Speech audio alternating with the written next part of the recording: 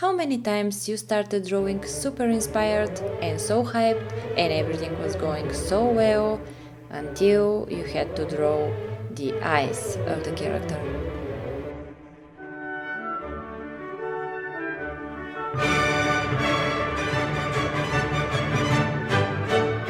We've all been there, but today I will try to help you a bit by sharing my tips for drawing eyes, no matter what's the style of the drawing. Hi, I've drawn eyes. Drawing the eyes is essential, you can skip them or you have to explain yourself, but there are a few methods that can help you. So, you can stop looking for the perfect eye tutorial because it's an eye tutorial, because the eyes and looking. We're going to learn how to draw the human eye once and for all, both of them, but without eyelashes. You don't want me drawing eyelashes, unless you want the tutorial to be how to draw a spider.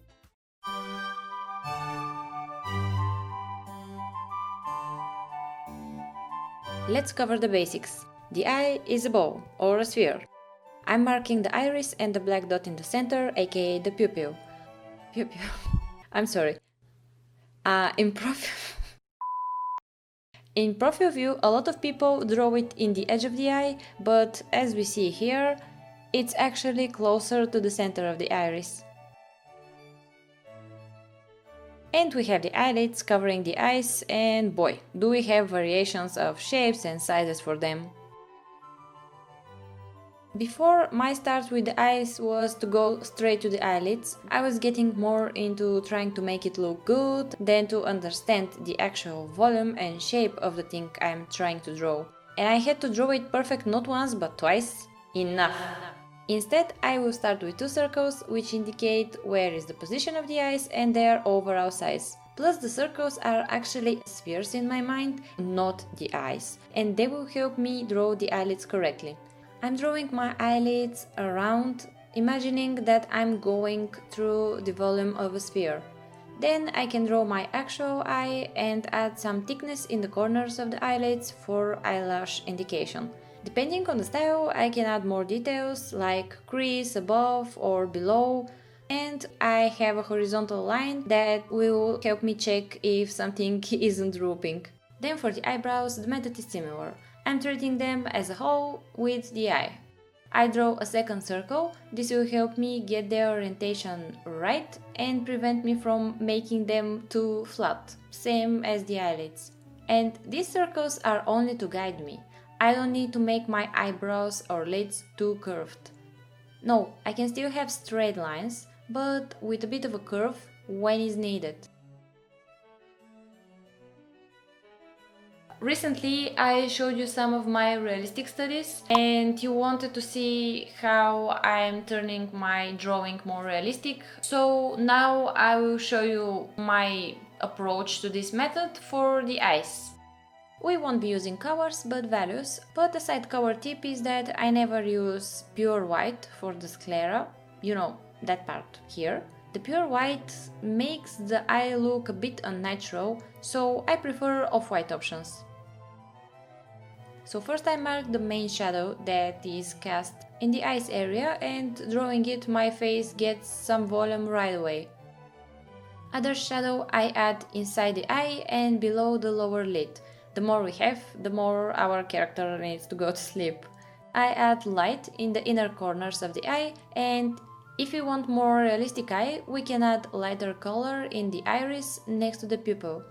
And I will continue with the left eye only, but I don't need to say to you that you will make your life easier if you work on both eyes. And for the brow, a trick that I do is that I cover and then with a big brush I go to the beginning of the brows and either add the color of the skin or delete some of the color of the eyebrow so that I don't have that hard edge in the beginning, just as is in real life, in most cases. To sum up, I start with a circle for a guide that is a sphere in my mind, then I draw the eyelids around it, plus the eye inside.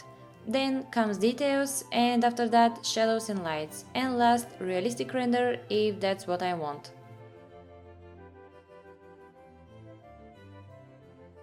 For the 3/4 view, the steps are the same, folks. There's a catch though. As we see in this pic, there is a curve, since this is the eye hole in the skull where the eye sits. Yeah, pretty sure eye hole is not the most flattering or the correct word.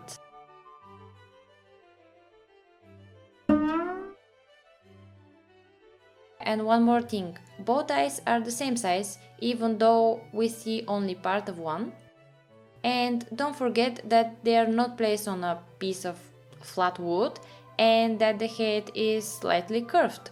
The eyes should also indicate that. The easiest way is to show it with the eyelids.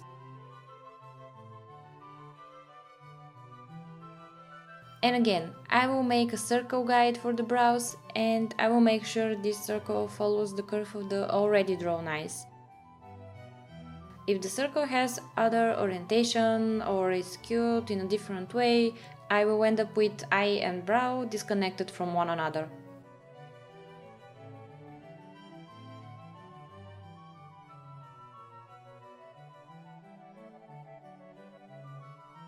There are more extreme views where the eye looks a bit out of the face, and you can draw it out as well. Just be sure that the eyelids are also curved properly.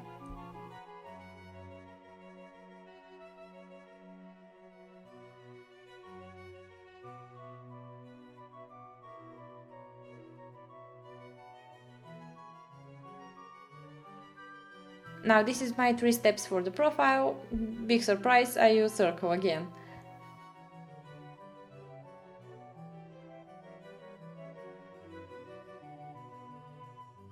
And as I said, beware where your pupil is when you draw realistic.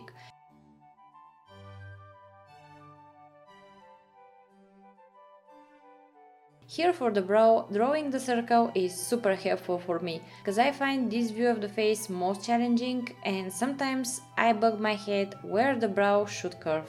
And the tricky part here is to check if your eye is following a diagonal like this. It may seem subtle, but if it's missing, the eye can look a bit off.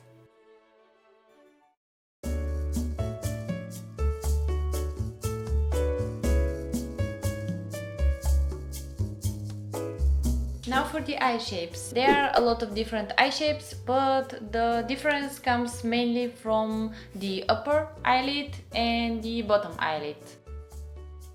So based on this, we have some general shapes. The almond type eye has both corners relatively symmetrical and following the horizontal line. If we move the outer corner, we will have upturned eye.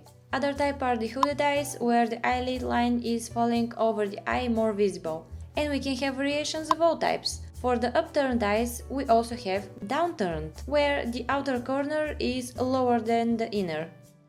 In any case, the lid's orientation affects the form of the eye. We can also have round eyes, which are usually very open and with clearly visible iris, and also monolid eyes.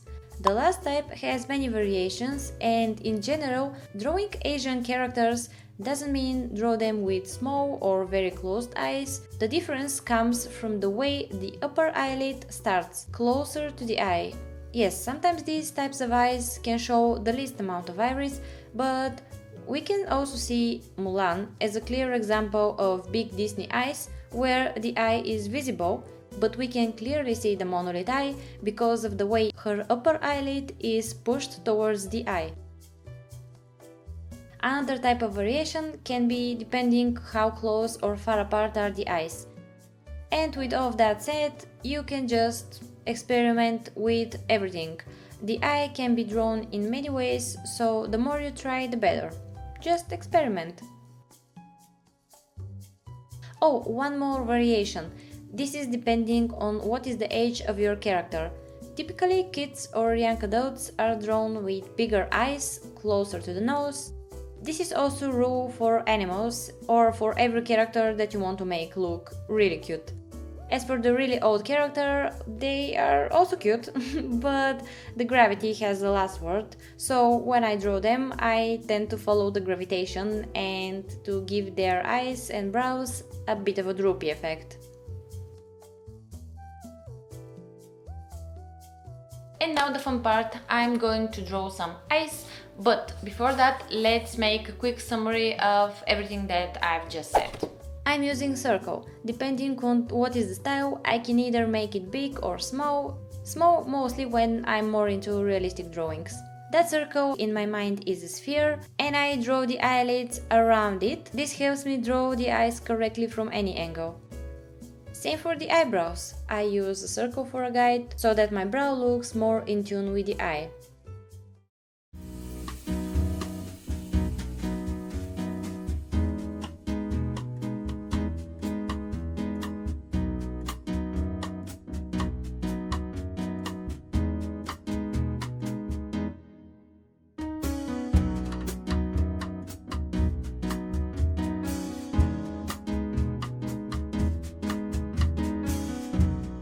Hi, quick side note, the subscribe button is here, so you can subscribe.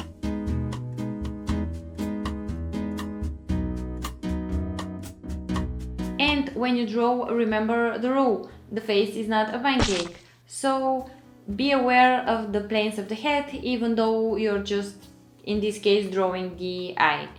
And I'm sure that you remember that rule, but this video won't be full if I don't slap pancake in my sister's face.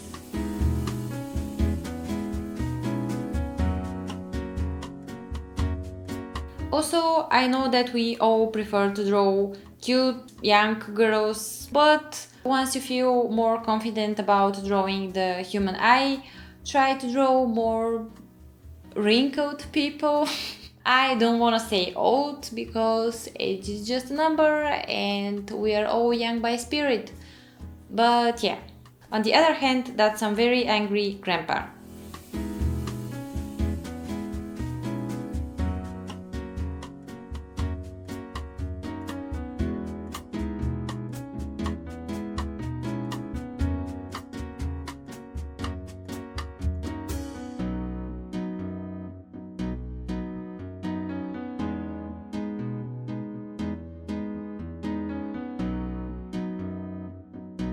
This lady is first mood and secondly very good reference how the eyeballs affect the eyelids when they're in motion. I look where is the highest point of the eye and I will draw both the stylized version and the realistic version so we can see how we can create the eye with different approaches. And the most important thing in both ways is to show the curve.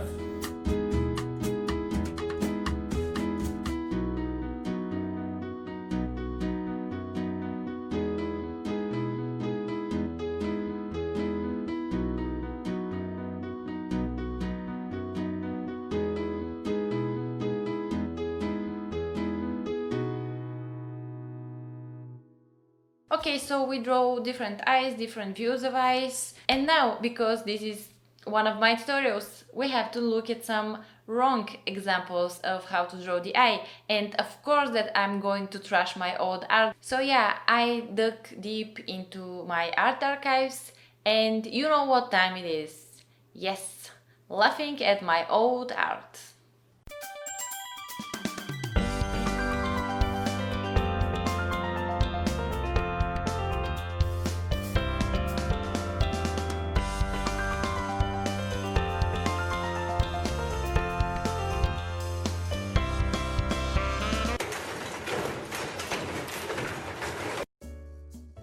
I even forgot that I drew that, but we can clearly see the highest point where the eyeballs are pushing the eyelids. And in my case, if we trace my drawing, that's totally missed. And if I draw a nose, then it's even more clear that the eyes are kinda orientated towards us. and not facing 3/4. So let's fix that.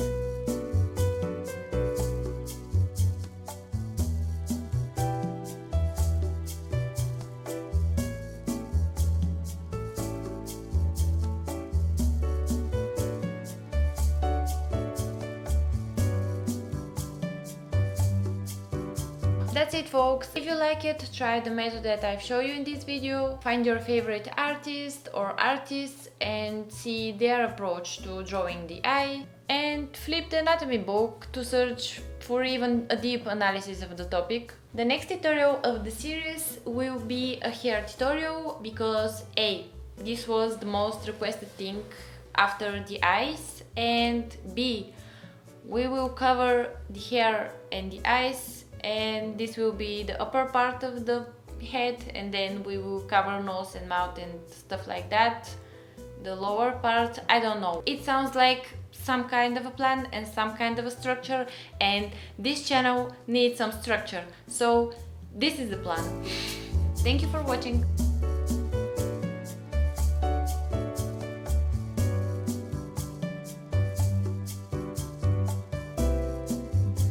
So you can stop look. So